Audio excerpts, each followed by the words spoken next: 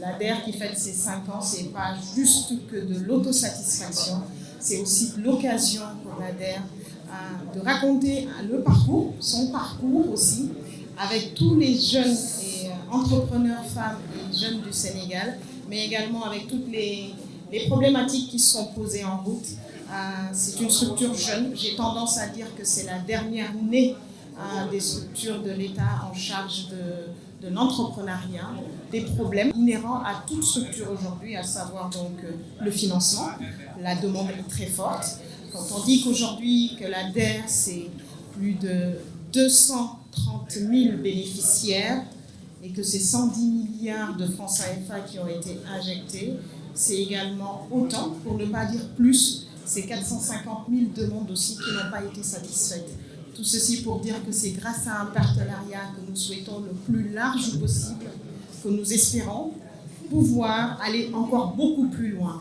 Et dans ce beaucoup plus loin, c'est toujours aussi sur des principes d'équité territoriale, d'inclusion financière d'abord, d'inclusion sociale et de démocratisation qui nous permettront d'aller encore beaucoup plus loin pour atteindre les cibles parfois non visibles, parfois visibles mais qui n'ont pas accès tout simplement.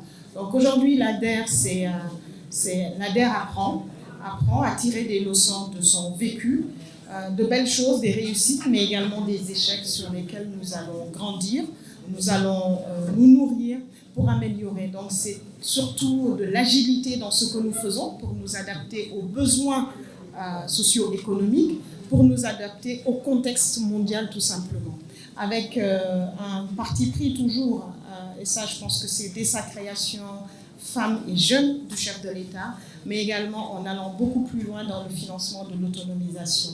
Quand on sait que 75% de la demande au niveau de l'ADER, c'est des demandes qui vont jusqu'à 1 million. Ce qui veut donc dire que la création de l'ADER répond à cette demande. Donc l'autonomisation, c'est le maître mot en termes de priorisation, puisqu'il faut répondre à cette demande très forte, mais également que ce soit les toutes petites et moyennes entreprises, que ce soit le microcrédit, que ce soit les startups, que ce soit la structuration des chaînes de valeur dans le nord, dans le sud, dans l'est, partout, l'ADER est au rendez-vous, continuera à être au rendez-vous avec un accompagnement fort et un partenariat fort avec les institutions financières, donc les banques, mais également avec des partenaires stratégiques, notamment à travers le PAVI, comme l'ABAD, comme l'AFD, mais également avec de nouveaux partenariats qui arrivent, comme Luxdev, donc la coopération luxembourgeoise à travers Luxdev,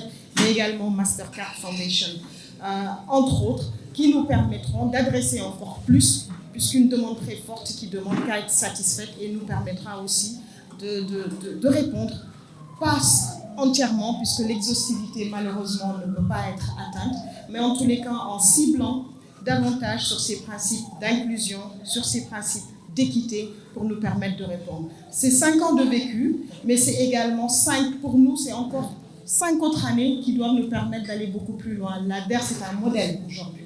C'est un modèle qui ne demande qu'à se consolider, pas à l'échelle du Sénégal seulement, mais à une échelle beaucoup plus internationale, puisque l'ADER aujourd'hui se voit et se vit aujourd'hui comme cet instrument mis en place par l'État, donc avec beaucoup de volonté politique de répondre à la politique aujourd'hui de l'emploi, tout simplement au Sénégal, en mettant en place cet instrument pour accompagner.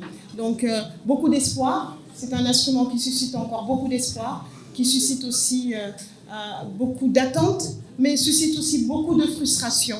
Et c'est sur ces frustrations que nous continuons à travailler pour continuer à adresser vite, pour être encore beaucoup plus accessible, être totalement, pour ne pas dire niché et ancré dans les territoires.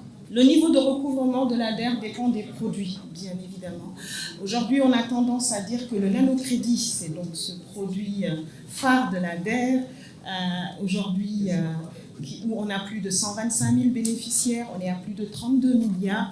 Ce produit aujourd'hui a le meilleur taux de remboursement. Je pense que ce taux de remboursement s'explique juste par la structuration du produit. C'est un produit entièrement dédié au groupement à travers les fêtières. Donc, que ce soit l'enrôlement, que ce soit comment on reçoit l'argent, comment on le rembourse, l'ADER n'intervient pratiquement plus, hormis la digitalisation qui a été mise en place.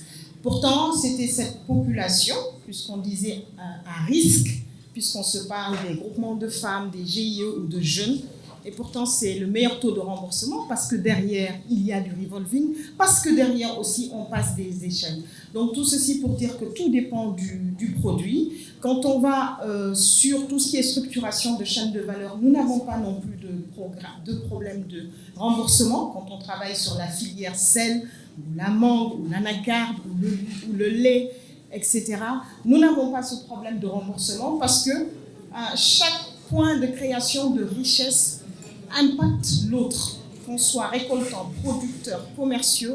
Toute cette chaîne de valeur aujourd'hui nécessite que les remboursements soient au rendez-vous pour permettre à la chaîne de ne pas être brisée, tout simplement. Donc tout le travail de l'ADER aussi, c'est de continuer c'est ce suivi après financement qui va nous permettre aussi de sécuriser, mais également de pérenniser.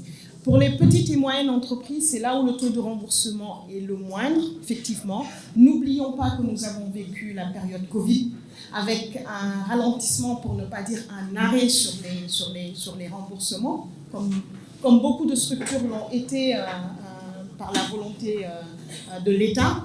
Et aujourd'hui, nous sommes repartis pour pouvoir inciter et pouvoir accompagner toujours, parce que le rôle de l'État, ce n'est pas d'enfoncer, le rôle de l'État, c'est de permettre à des structures aussi qui se retrouvent au plus bas de se restructurer et de pouvoir continuer à pérenniser leur entreprise.